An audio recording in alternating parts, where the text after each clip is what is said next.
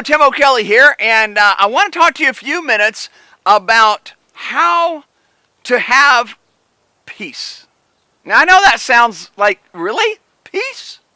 But yeah, peace of mind, call it happier, call it more free, call it less stressed, call it less nervousness. I don't care what you call it, but an overall really sense of well-being. Sense of feeling good. That's what I want to do. And if you don't know much about me, I started this work in 1988. And I've been on stages, since 1989 all over the United States, all over Canada, talking about personal development, working with people on personal development in all different areas. And I've recently, over the last, about 10 years, looked at, if I have a dream, if you have a dream, if you have a way of life that you want to experience, then what's the toolkit that's needed for that? Now, is there a toolkit that's manageable for any dream or for any topic? And I believe yes. Because why? Human beings are not that complex. We are not different at all. Now, we're different on the outside, but the makeup, the elements that make us up, they're just not different. And that's what I've been really working on for about the last 10 years. And so what I want to do is I want to talk about, okay, what's a tool that we can use, simple one, to have a little bit more peace in our life. To be able, and I'm talking daily. Not like to have some peace for a while and then, forget about it. How to have more peace more of the time. Now, let me start with, if you expect to have peace all of the time, the only way that I know how to do that would be to become a monk, to join a monastery, something like that is completely focused on the practicing of this for 10, 12 hours a day. Now, for most of us, we're not going to do that. We have jobs, we have career, we have kids, we have soccer games, we have life, we have airports, we have airplanes, we have all kinds of stuff. So, if you're not going to be a monk, then how do we do it? And so, I want to talk about this one idea that we might not ever have connected with having peace in our life. And that is our relationship with change. Okay? Our relationship with change, our viewpoint of change, our perspective of change. Now, it's been proven that the only thing constant in the entire universe, the only thing that's constant in the entire universe is what? Change. Nothing stays the same all the time. There's nothing that stays the same other than change. So in other words, everything is in a constant state of change. Your relationship will never be exactly like it used to be. It can be better, it can be worse. It's never going to be the same. Your stomach lining right now is going to be different in 10 days. Your skeletal system will be different in 2 years. So everything, now isn't that interesting if you think about that? How many of us fight? How many of us claw? How many of us focus on having security in our life, having the same in our life, having everything be consistent, having as much guarantee as we can have? How much energy we spend on having things be the way we want them to be. And it never can be. Everything is a constant state of change.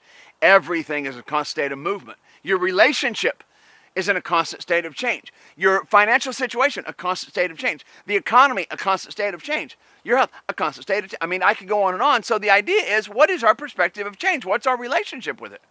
People that have a hard time with this idea experience a lot of tension, a lot of nervousness, a lot of upset, a lot of pain when change, let me say this, when big change comes their way. Change is always happening, but what I'm talking about is when the economy crashes. They lose their home possibly, or they get a divorce, or unbeknownst to them, the relationship was not going the way they thought it was, and then all of a sudden your partner leaves. Your business starts decaying and starts failing. So when we're in the process of those big changes, the people that do the worst, the people that struggle the most, and the people that often never rebound are those people that very simply have a closed mind around change. And so if you want to have some peace in your life, you want to have some really just some good vibes, some good feelings, my recommendation would be take a really good look at what is your perception of change. Do you welcome it? Because you really can't do anything other than that. I mean, you can fight it, but you see there's no peace there because everything is in constant change. Is it your friend? Do you welcome it? Do you appreciate it? Do you respect it? If you do, you're naturally going to be happier. And I'm telling you what, you can even take it to a level, your business fails, you start a project, it doesn't turn out the way you want it to, you might have been ridiculed, you might even lose your job because of it.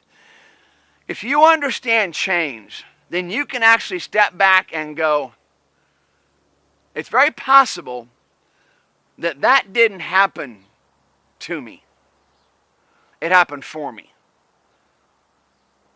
Think about that for just a moment. That didn't happen to me. What if it happened for me? How many of you have ever prayed? Now, I don't want to turn this into a religious thing because it's not that. Maybe even thought in your mind or your heart about it, or maybe even prayed for change in your life. How many of you do want change? How many of you say you want a better life, and then you get fired 2 weeks later, and then you're like, wait a minute, that's not what I wanted. What's what you're asking for? Well, no, I want it to happen the way I want it to happen. That's not going to happen. That you can actually handle anything. And if you really take a look at it, if a relationship is in your life and all of a sudden it is over and it's not going to work, you can cave. You can be in so much pain. You can say, that was my opportunity. That was my one opportunity to be in love, and now it's gone, and now I'm a wreck or whatever. I'm going to suggest if you have a different relationship with change and appreciate it and go, you know what?